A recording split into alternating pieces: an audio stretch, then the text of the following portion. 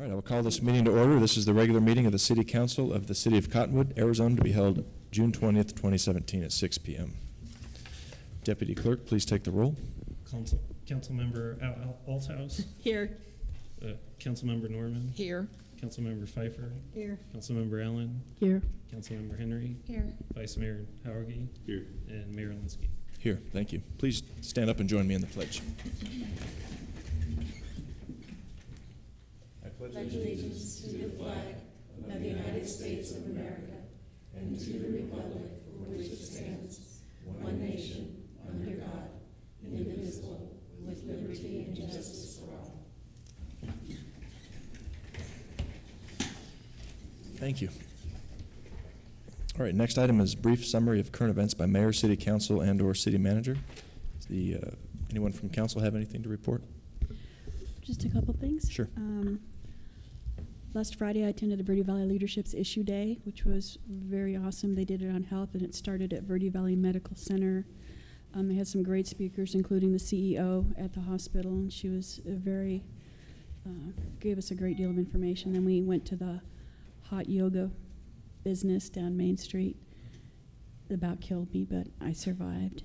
And then, hopefully I'm not stealing your thunder, Councilmember Althouse, this coming Thursday, June 22nd, the Military Service Park, located at Garrison Park, will be unveiling a statue to honor our military working dogs. That starts at 9 a.m. Public is invited, the more the better, so you're encouraged to attend. Very good, thank you. Any other council members? Anything from Mr. Rodriguez?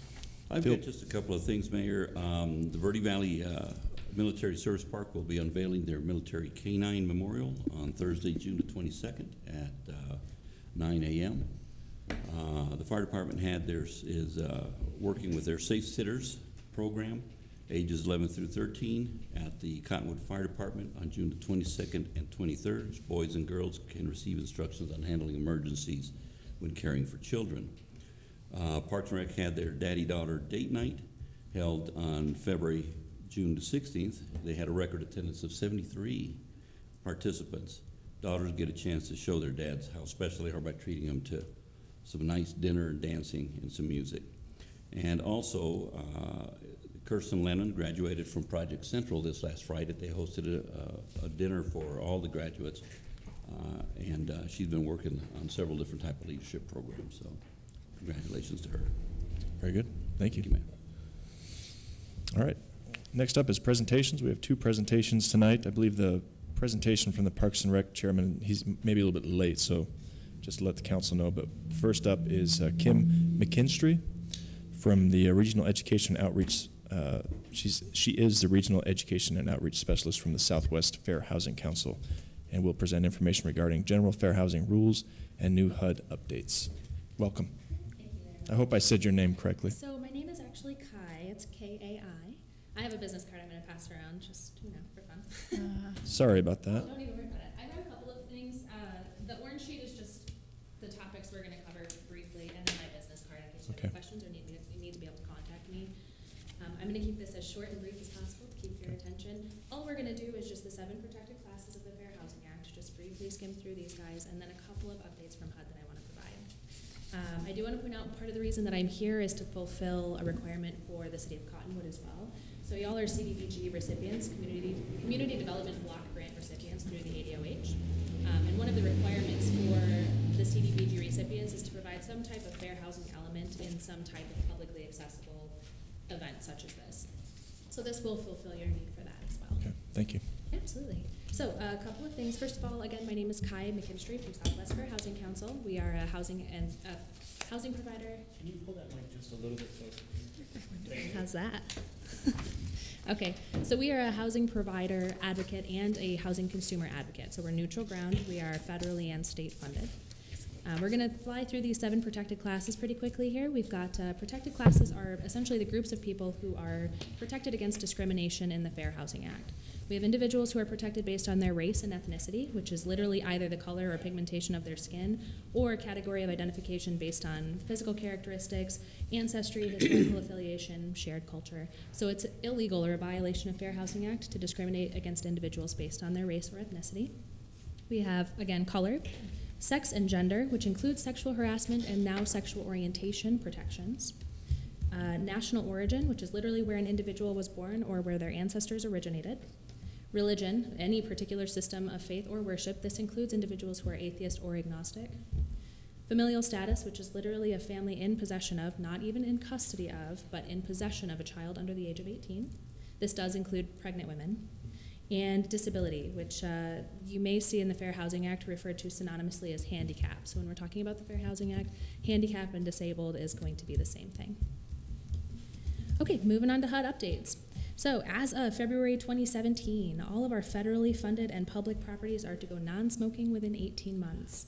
That means by July of 2018, all of the properties that are regulated by our PHAs, public housing authorities, must be smoke-free. This means no smoking anywhere within 25 feet of any type of entrance, so any door.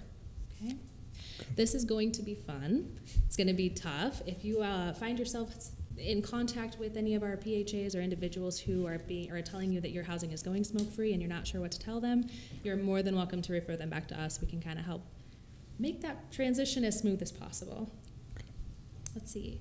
Oh, housing providers may no longer have blanket bans on criminal records. This is actually as of April 2016, but things take some time to take hold and to make some teeth, and so this is actually something that HUD is finally putting into real motion. This means that our housing providers here in Cottonwood may not have anything in their lease that says we don't rent to a person with a felony, period. Now there has to be some type of less stringent process that allows individuals that maybe have a felony on their record to be able to rent at a property.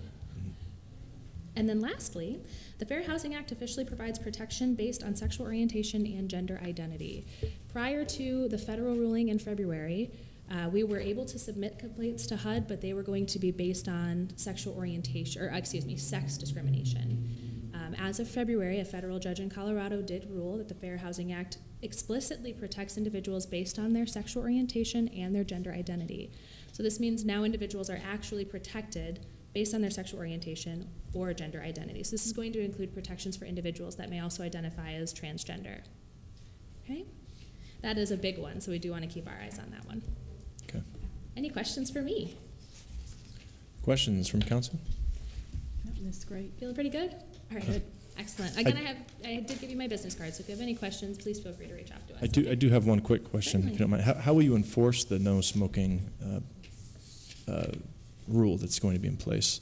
I mean, do you have folks on the ground that would enforce that? Okay. Absolutely, yeah. So we as an organization, we send out testers, which is similar to secret shoppers. Okay. We also accept complaints.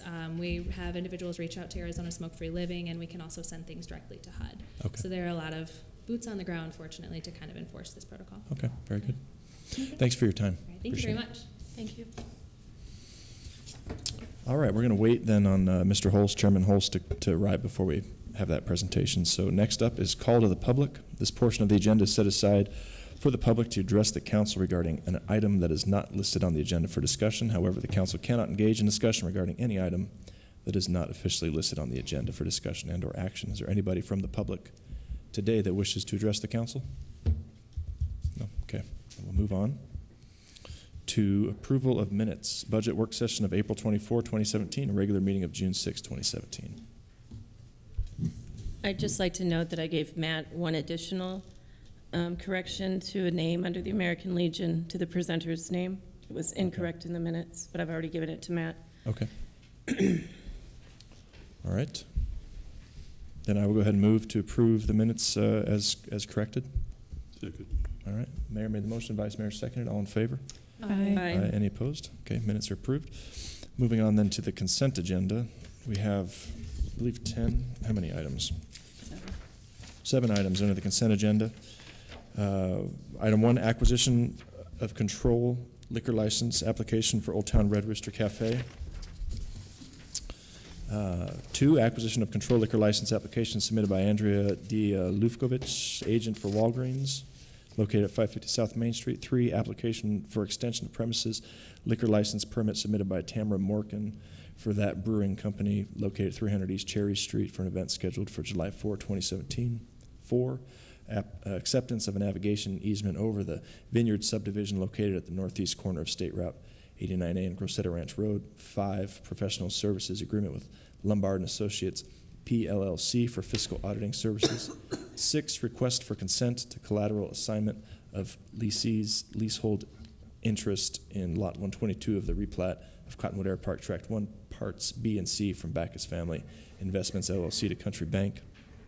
7, resolution number 2891, authorizing application for matching grant for backwash treatment pilot program. Is there any member of the council that would like to have an item pulled from the consent agenda? May I have item 1 pulled? I have to declare a conflict and then recuse myself. Sure. Any other members of the public that want to have an item pulled from the consent agenda?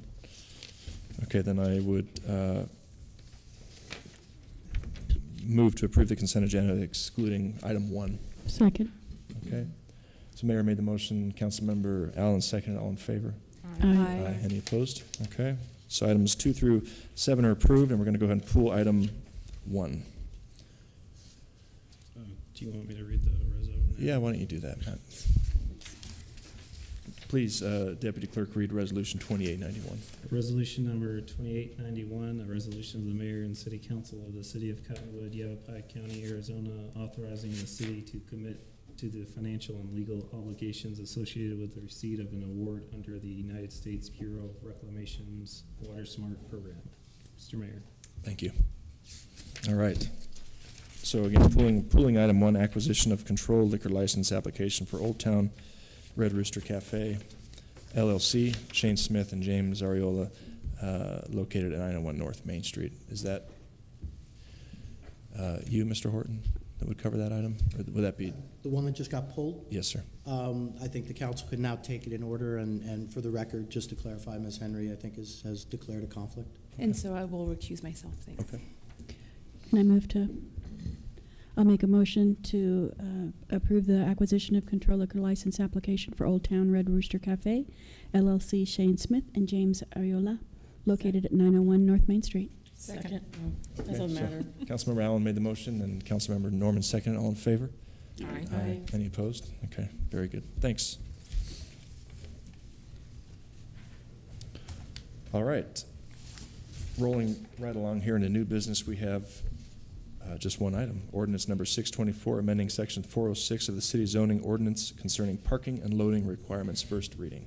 Good evening. Good Baron evening. Nejad, Community Development Manager. And I'm here tonight for your approval, review and approval for his text amendment to the existing zoning code. And more projects we are getting, and we are facing with certain problems, and then realizing that existing zoning ordinance is not a blanket statement and it's not applying to certain areas, especially Old Town or in older sections of the town besides the Old Town. Mm-hmm. And you will be seeing me more with these kind of amendments coming up. And tonight we have 406 C2G and also C parts.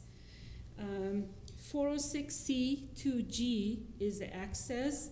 Says in the zoning ordinance, no access driveway shall be located closer than 150 feet from a street intersection or closer than 20 feet from another access driveway or closer than 10 feet from a property line.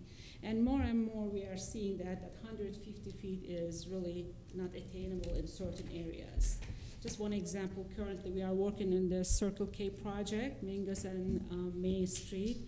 We cannot have that, or Maverick was the same thing. So that 150 feet is too much. So that needs to be done something, or we can do the variances, which shows that there's something needs to be changed.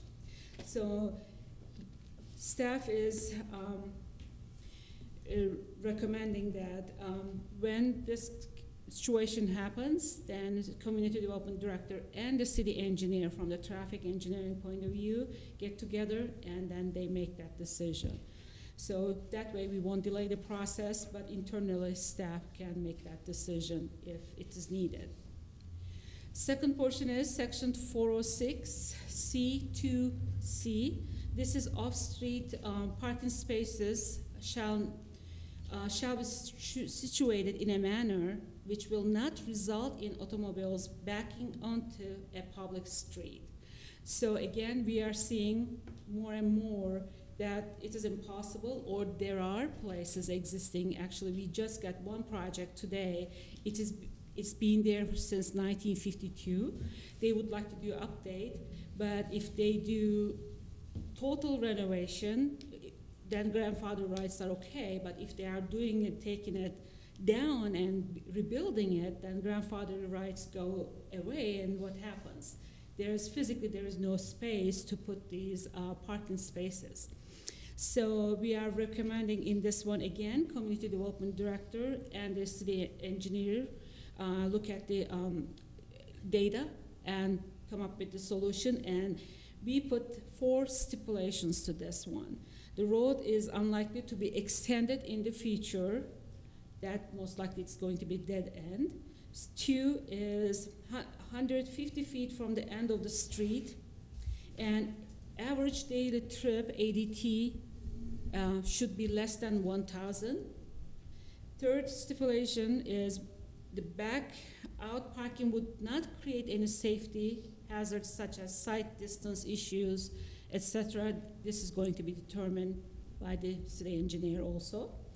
And the 4th is the speed limit is going to be less than 25 miles per or less per, in the area. So this is mainly, it will be very small, narrow, and low traffic areas.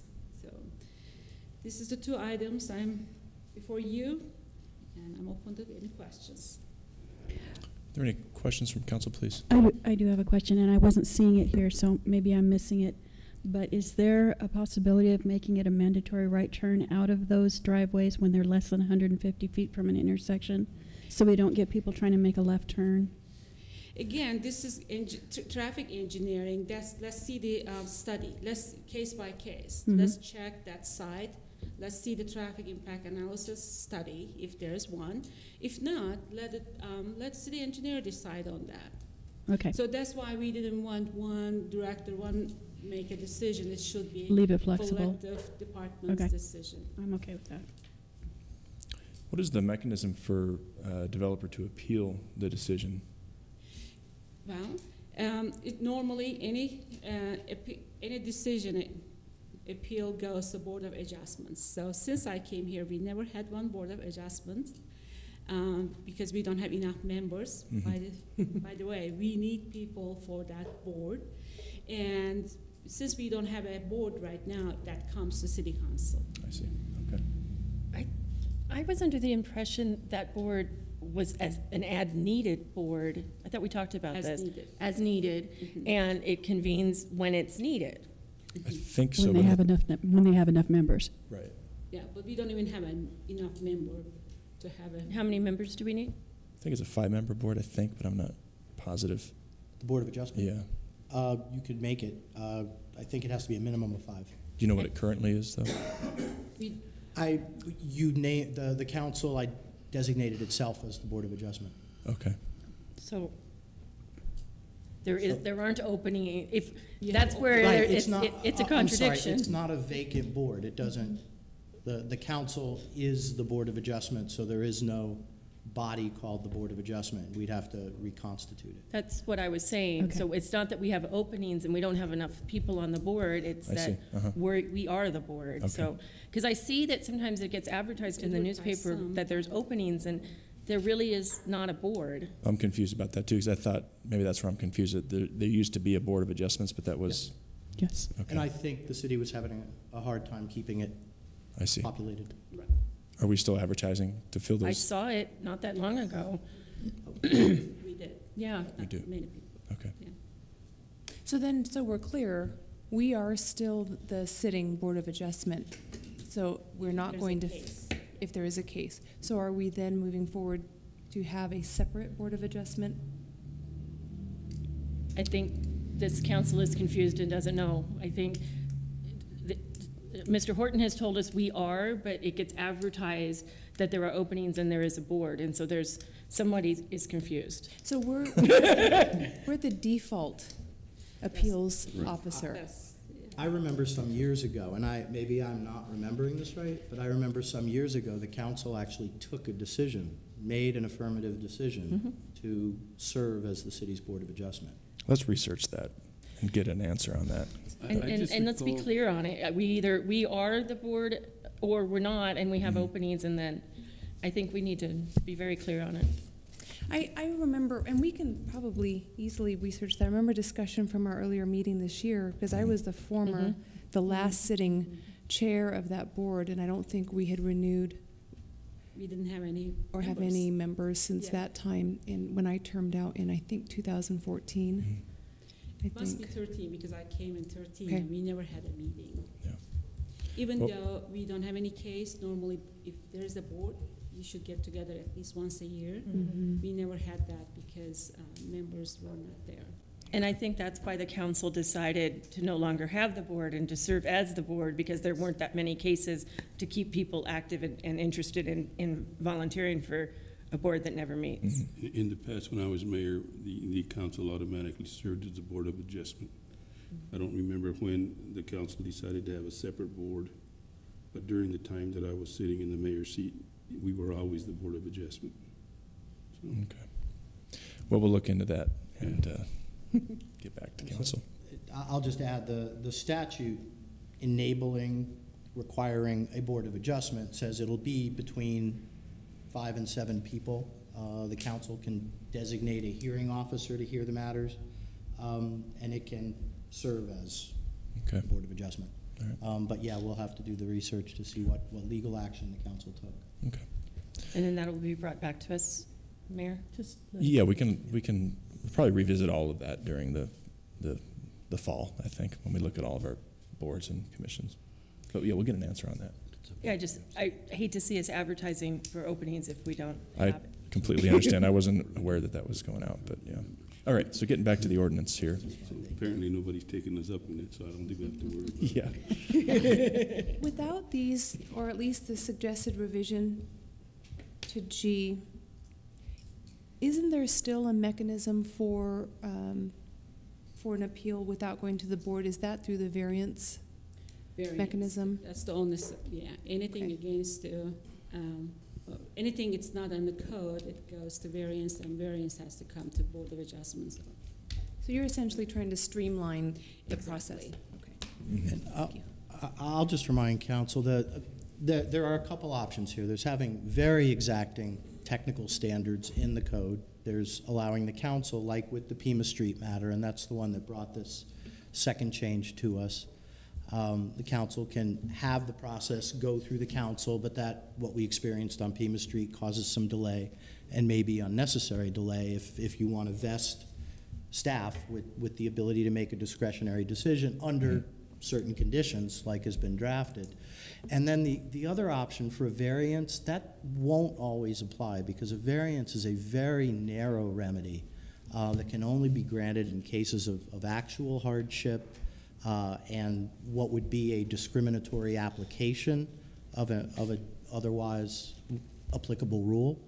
And it doesn't always get you where you want to go. So it's not just an alternative. Mm-hmm.